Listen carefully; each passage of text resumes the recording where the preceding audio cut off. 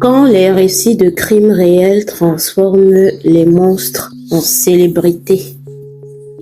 Il y a un moment où regarder des récits de crimes réels ne ressemble plus à une simple curiosité.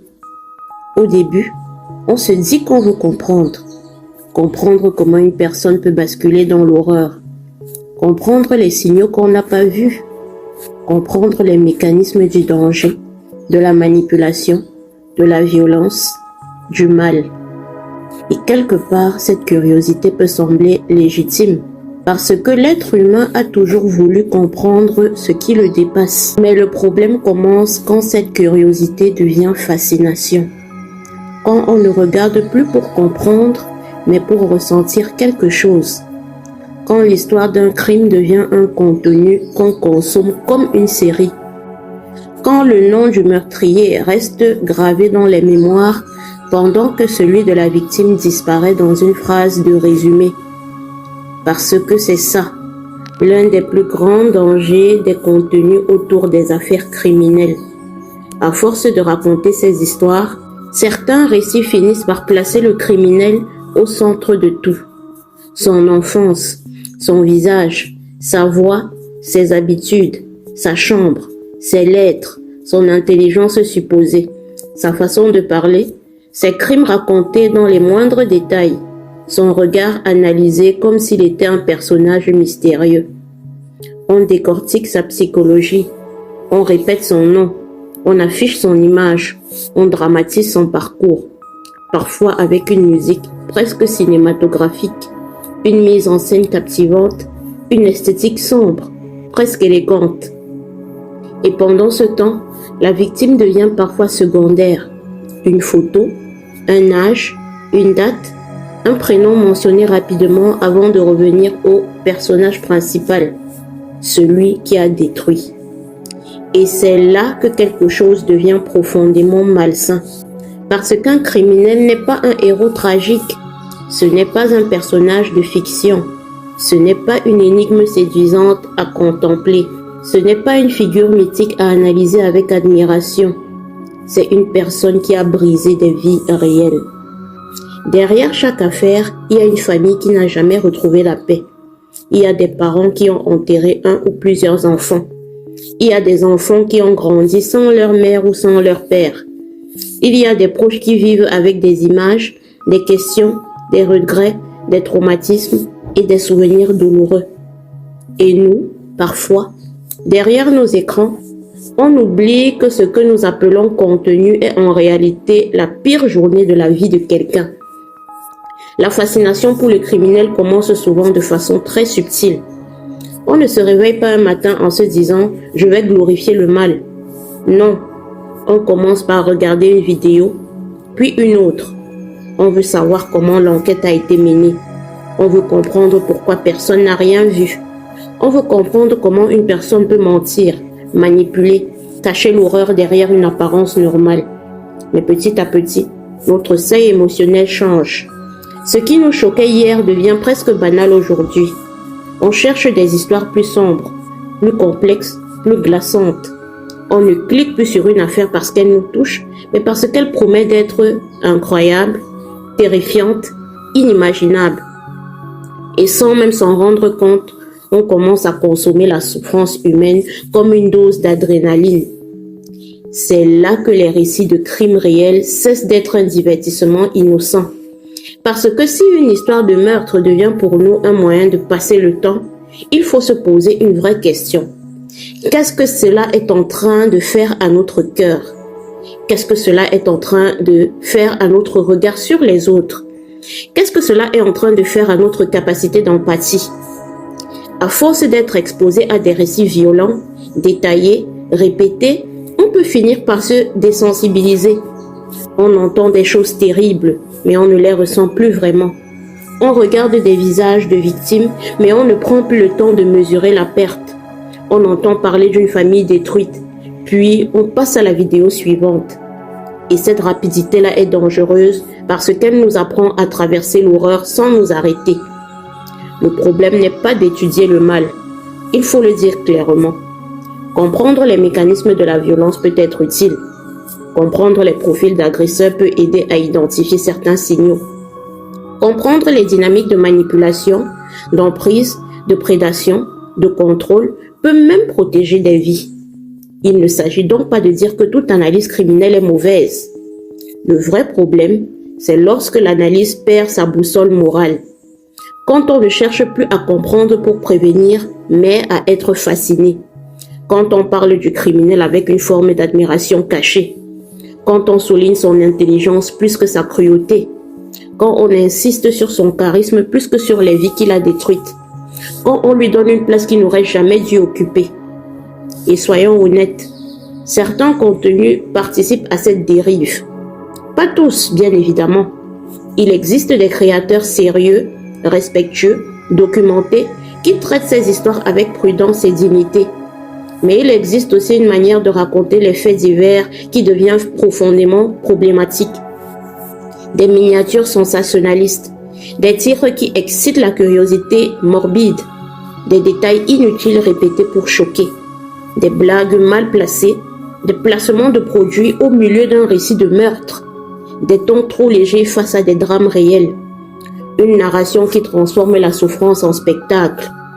Et à force, le criminel devient une marque, une image, un sujet rentable. On vend de l'attention sur le dos de personnes qui ne peuvent plus parler. C'est une chose de raconter une affaire avec respect.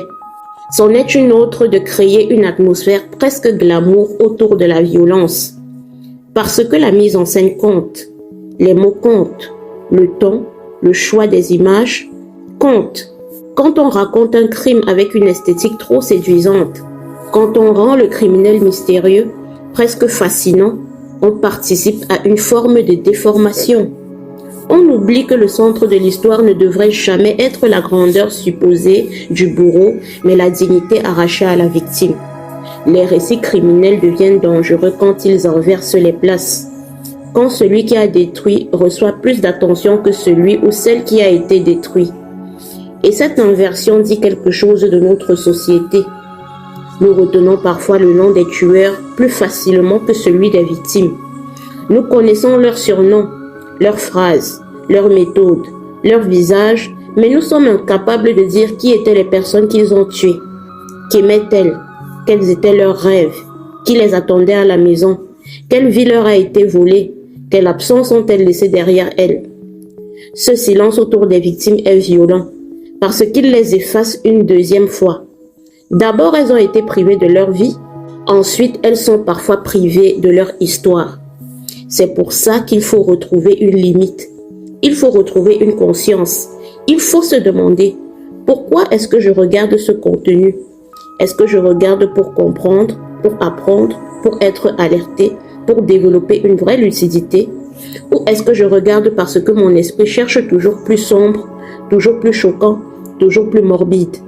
Est-ce que je ressors de ces vidéos toujours plus consciente, plus humaine ou plus prudente?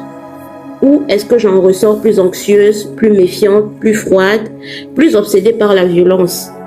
Parce qu'à un moment, il faut accepter de voir que certains contenus ne nous informent plus. Ils nous intoxiquent. Moi-même, je pense qu'il y a une vraie différence entre la lucidité et l'obsession. La lucidité te rend attentive. L'obsession te rend prisonnière. La lucidité t'aide à discerner le danger. L'obsession te fait voir le danger partout. La lucidité protège ton esprit. L'obsession l'abîme. Et quand les histoires criminelles réelles commencent à modifier ton humeur, ta vision du monde, ta façon de regarder les gens, ta capacité à faire confiance, ta paix intérieure, alors ce n'est plus seulement une vidéo que tu regardes, c'est quelque chose qui entre dans ton imaginaire, qui façonne ton rapport à la peur, qui nourrit une forme de suspicion permanente. Et je crois qu'il faut avoir le courage de le dire. On ne peut pas remplir son esprit d'horreur en continu et s'étonner ensuite d'être angoissé, méfiant, nerveux, hypersensible au danger. Ce que nous consommons nous façonne. Les images que nous regardons nous habitent. Les récits que nous répétons finissent par construire une vision du monde. Si chaque soir avant de dormir, tu écoutes des histoires de trahison, de meurtre, de manipulation, d'enlèvement, de violence, ton cerveau peut finir par percevoir le monde entier comme un terrain de menace. Et bien sûr, il existe de vrais dangers. Bien sûr, il faut être prudent. Mais vivre dans la prudence n'est pas la même chose que vivre dans la peur.